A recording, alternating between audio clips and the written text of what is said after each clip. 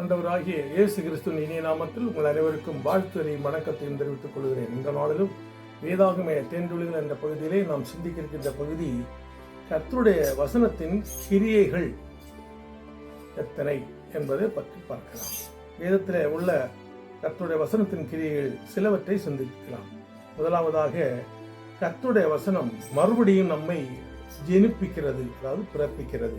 1 பேதுரு 1:23, யாக்கோபு 1:18. இரண்டாவதாக, சமாதானம் கொடுக்கிறது. சங்கீதம் 119 சங்கீதம் வசனம் 165. மூன்றாவது, குணமாக்குகிறது. சங்கீதம் 107 சங்கீதம் வசனம் 20. நான்காவது, பேதைகளை உணர்வுள்ளதாக மாற்றுகிறது. சங்கீதம் 119 வசனம் 130. ஐந்தாவதாக, மனமகிழ்ச்சி கொடுக்கிறது. இது சங்கீதம் 119 வசனம் 92. ஆறாவது, நித்திய ஜீவனை கொடுக்கிறது. இது யோவான் 5:39.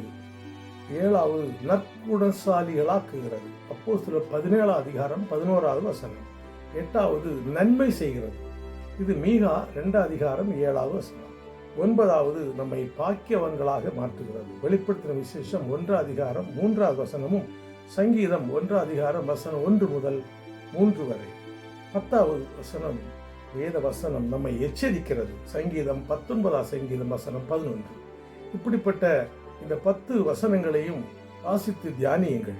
கர்த்தருடைய வசனத்தின் கிரியைகளை அறிந்து உணர்ந்து புரிந்து நம் வாழ்க்கையில் ஆசீர்வாதத்தை பெற்றுக் கொள்வோம். கர்த்தர் தாமே உங்களை ஆசீர்வதிப்பாராக. ஆமென்.